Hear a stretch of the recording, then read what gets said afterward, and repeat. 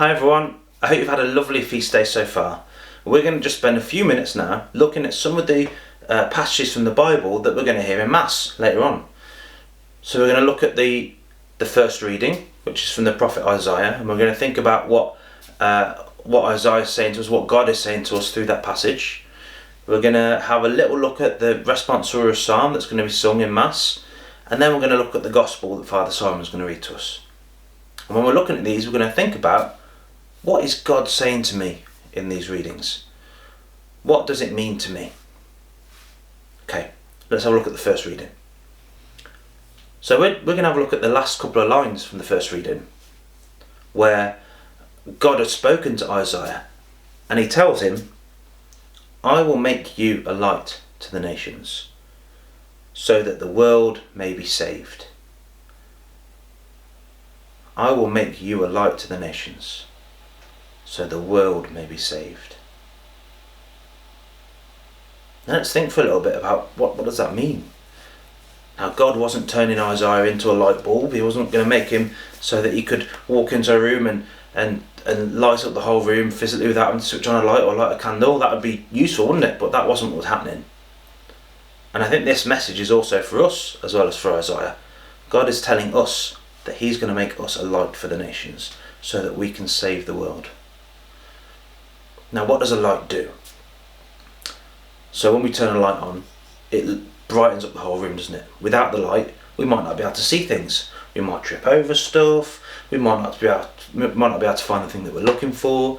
If you're in a car with your mum or your daddy or grandparents or whoever, there's lights on the front of the car, isn't there? Headlights. What are they for?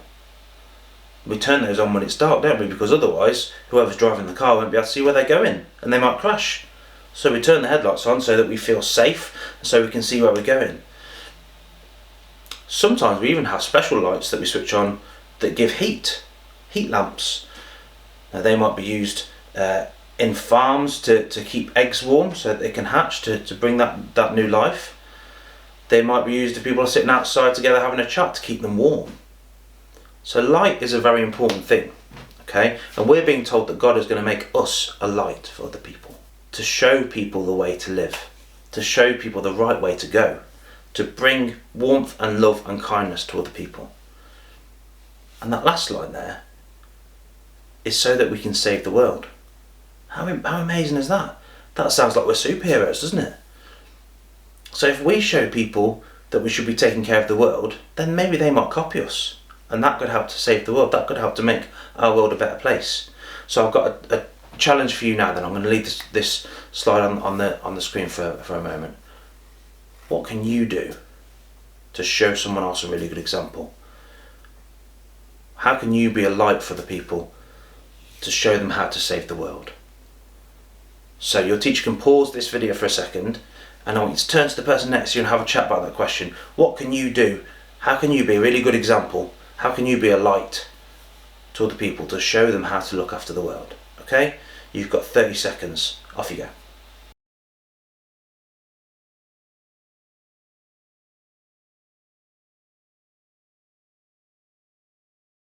Wonderful. Okay, so after our first reading in Mass, we're going to have something called the responsorial psalm, where there'll be a bit that we'll reply together and then there'll be some verses. Now the students from St Charles in Measham are going to sing this for us, which will be lovely, but we're just going to have a look at the response now together. So that'll pop up on the screen now, and it goes like this. Send forth your Spirit, O Lord, so that the face of the earth be renewed. Send forth your Spirit, O Lord, that the face of the earth be renewed. Okay, so what does that mean? If something is renewed, it's like it's made new, like it's nice again, right? Your mums or dads might ask you to tidy your room because there's toys everywhere and there's clothes all over the floor, and you get it all tidied up and looking nice, and it's like it's new, right? And everyone's happy. And our world needs a bit of that, doesn't it? There's rubbish on the floor, there's plastic in the seas, there's things that are a bit untidy, aren't there, that we need to take care of, okay? But I think that's going to be quite difficult by ourselves, isn't it? I don't think I could go around and pick up every piece of rubbish from all around the world, or every piece of plastic out of the sea. But who does it say is going to help us in the first part of that passage? it says, "Send forth your Spirit, O Lord, that the face of the earth be renewed." Who's going to help us to take care of the world? It's God. God's going to send his Spirit to work through us. So again, I'm just going to give you a moment. I'm going to leave this on the screen. And I want you to think about, you can either think about this in your head, or you can talk to the person next to you, or leave it up to your teacher. What can we do to make our world, to make the place around us better? How can we renew our world? How can we look after our world? Maybe it's just at school, maybe it's at home, maybe it's a bit wider than that. What can we do to look after the world? How can God work through us to help that to happen? So let's just take a moment to think about that.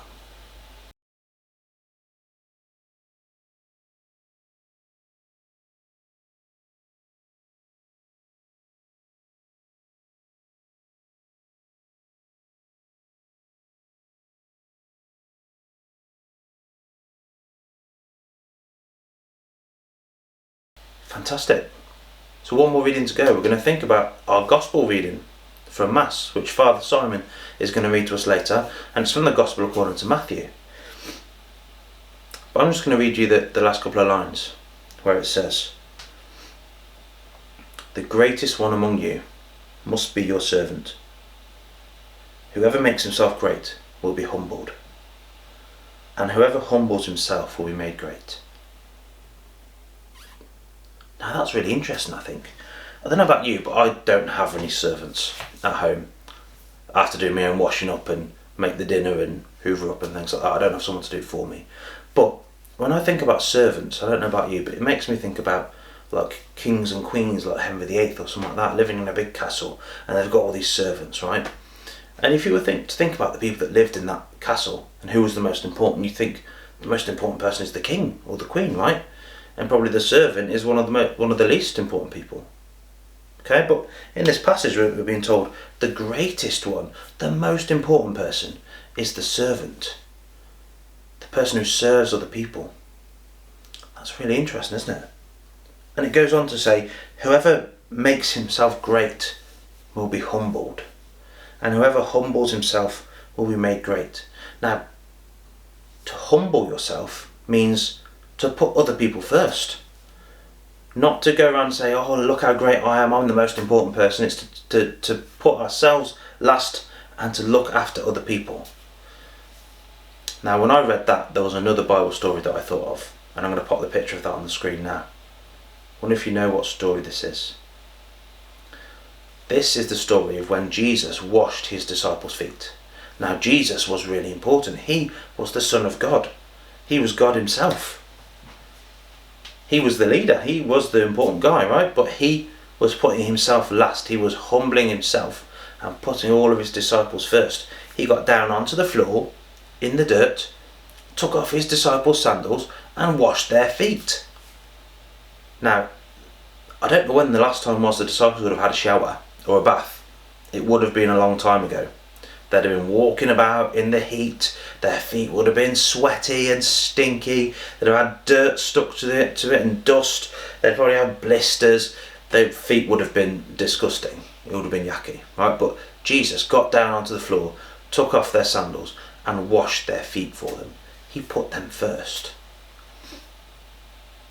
Now our challenge then, I'm going to leave the picture on the screen for a little bit. How can we put other people first? What can we do for other people? It might be something really simple. It might be giving someone a smile or giving them a compliment saying their hair looks nice today. It might be asking someone to come and play with you if they're looking a bit lonely. It might be holding a door open for someone. But you might be able to think of something that links with our theme today. Our theme is caring for our common home, looking after the world. And there are some people in the world who we've spoken about today in other countries around the world who are suffering the effects of climate change quite badly. And maybe we could put them first by looking after the world, by making sure that we're recycling more or using less energy.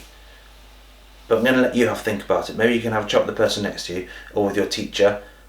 How can you put other people first, like Jesus did? So your teacher can pause this video for a moment if they like, and let's have a bit of a chat about how can we put other people first. Off you go.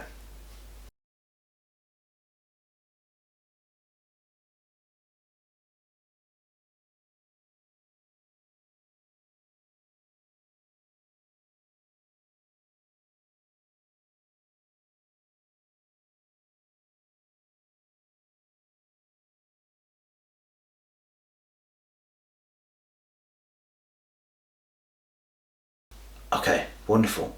So just like with every other part of the day today, I'm going to set you a challenge to go away with. Your challenge is to come up with your own target of how you can tackle climate change. How can you look after the world? Now, we've spoken about that a little bit in this video. We've given a few examples, and I'm going to give you a few more now.